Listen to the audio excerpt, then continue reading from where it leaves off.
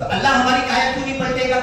ہم نے دن رات کا تصور بدل دیا، رات میں نہیں سو رہے، دن میں سو رہے، 12-1 بجے سو کے اٹھ رہے لوگ، دن بھر سو رہے اور 12-1 کے بعد سونے کو جا رہے۔ 36 سال میں مالیگاؤں کے ایک مشہور انسان کینسر میں کیوں ہلاک ہو گیا؟ رات بھر فجر کی اذان کے ٹائم سونے کے لیے جاتا تھا وہ، اور ایسے جتنے لوگ کر رہے ہیں۔ تو یہ سارے قانون اگر ہم دنیا کے توڑیں گے جو اللہ نے بتایا ہے قرآن میں، قرآن تو مذہبی کتاب ہے نا، صرف نماز، روزہ، حج، زکات، اس میں اللہ نے ہماری صحت کے راز کیوں بتائے ہیں؟ خالی قرآن، ابھی حدیث کے اندر تو کتاب الطب، بخاری، مسلم، ترمذی، ابو داؤد، نسائی، ابن ماجہ، ہر حدیث کی 50 کتاب سے زیادہ کتاب الطب ایک باندھا گیا ہے، ڈاکٹری کا بیان۔ کیا ترجمہ ہوگا اس کا؟ اٹھا کے دیکھ لو۔ تو قرآن کی جو آیتیں ہماری صحت کو صحیح کرنے والی، اسی پر اگر آپ عمل کر لیے نا تو آپ کو ڈاکٹری کا خرچے کی ضرورت نہیں پڑے گی۔ اور کتاب الطب میں اگر گھس گیا، اللہ کے رسول کی جو ساری حدیثیں طب کے تعلق سے ہے، ڈاکٹری کے تعلق سے، تو آپ سے بڑا حکیم اور ڈاکٹر دنیا میں کوئی رہے گا نہیں اگر آپ نے وہ پڑھ لیا، سمجھ لیا۔ تو میرے دینی بھائیوں اور دنیا کے تمام انسانوں سے ہم کہنا چاہتے ہیں کہ دنیا ہلاکت کی طرف جا رہی ہے۔ اللہ کے رسول نے کہا تھا کہ ایمان والوں کو بڑے عذاب میں ہلاک مت کرنا، لیکن ایک ایک گھر میں عذاب گھس گیا ہے، پیٹ میں گھس گیا عذاب۔ زبان کے چھٹکارے کے لیے لائن لگی ہوئی ہے۔ ابھی یہی روڈ پہ میں دیکھ رہا تھا، پلاؤ لینے کے لیے لوگ لائن لگا کے کھڑے۔ میں برائی نہیں کر رہا بیچنے والے کی، لیکن آپ اپنے گھر پہ لاؤ، شدھتا کے ساتھ، پاک صاف لاؤ، اچھا لاؤ، بیوی بچوں کے ساتھ اچھی چیزیں لاؤ، بیٹھو۔ تب تو شادیاں مالیگاؤں میں ہوتی کتنا بجے؟ شادیاں مالیگاؤں میں ہوتی تھی نا، تو سب ایک ہفتہ پہلے سے چاول چنتے تھے لوگ، عورتیں محلے کی آتی تھی، پھر مسالہ، کاندا، لہسن، یہ وہ سب گلی محلے کے نوجوان اپنے ہاتھ سے کرتے تھے۔ تو اس میں محبت، میل محبت ہوتی تھی، پورے محلے والوں کا ہاتھ لگتا تھا، ایک دوسرے سے میل محبت بڑھتی تھی۔ تو تم لاؤ، گوشت لاؤ، سبزی لاؤ، اچھی لاؤ، اچھا تیل کچی گھانی کا نکلا ہوا لاؤ، اپنے شیطانہ، اپنی تلی، اپنے رائی کا نکال کے لاؤ، اور اپنے گھر میں لا کر جو شوق ہے وہ کھاؤ نا، منع نہیں ہے، حرام نہیں ہے۔ جتنا 10 گھنٹہ لگانا ہے بیوی بچوں کے ساتھ گھر میں سب لاؤ، کوئلہ بھی لاؤ، جیسے کھانا ہے، روسٹ کرنا ہے، بھوننا ہے، جیسے پکانا ہے، اچھی چیزیں شدھ لاؤ، کھاؤ، اور ڈاکٹر کے خرچے سے بچو۔ 1 لاکھ روپیہ ہر فیملی کا، غریب سے غریب فیملی کا سال بھر میں ڈاکٹر کے پیچھے جا رہا ہے۔ قرآن کی ہدایتیں، اللہ کے رسول کی حدیث کی، کتاب الطب کی ہدایتیں، اور جو آیت میں نے لکھی، فوٹو کھینچ لو، سب طرف پھیلاؤ، کلو، کھاؤ، مما فی الارض، جو کچھ زمین میں ہے، حلال چیزیں، طیب چیزیں۔ حلال کہہ کے اللہ کو رک جانا چاہیے تھا، حلال کھاؤ۔ طیب اللہ نے آگے کیوں ایڈ کر دیا، کیوں شرط لگا دی؟ تو جتنے اناج ہے نا، سارے اناج لکھو، لسٹ بناؤ، اور پاؤ کلو سارے اناج لاؤ، اور ایک بڑے پوتے میں، تھیلے میں ملا کے رکھ دو، اور رات میں 1 مٹھی نکالو، جتنے لوگوں کے حساب سے 1 مٹھی ایک آدمی کے لیے کافی، اس کو دھو لو اور پانی میں بھگاؤ، اور ٹیسٹ مت دے دو۔ ٹیسٹ کے چکر میں پھر ہم بیماری کی طرف جاتے ہیں۔ اس بھیگے ہوئے کو دھو کر بھگاؤ، اس کا کچا پانی پیو، کچا چبا کے کھا سکتے ہو تو کھاؤ، یا ابال لو، صبح کے ٹائم مرچا نہیں، مسالہ نہیں، اس کو ابال لو یا کچا کھاؤ، پھر دیکھو آپ کی صحت۔ اللہ تعالیٰ ہمیں صحت عطا کرے۔ صحت رہے گی تو نماز کے لیے بھی آئیں گے، صحت رہے گی تو روزہ بھی رکھ پائیں گے، صحت رہے گی تو حج کے لیے بھی جا پائیں گے، صحت رہے گی تو حلال روزی کمائیں گے۔ اللہ تعالیٰ ہمیں ہماری صحت کو صحیح کر دے، دین دنیا کے سارے معاملات میں اللہ ہمارے لیے بھلائی کر دے۔ بارک اللہ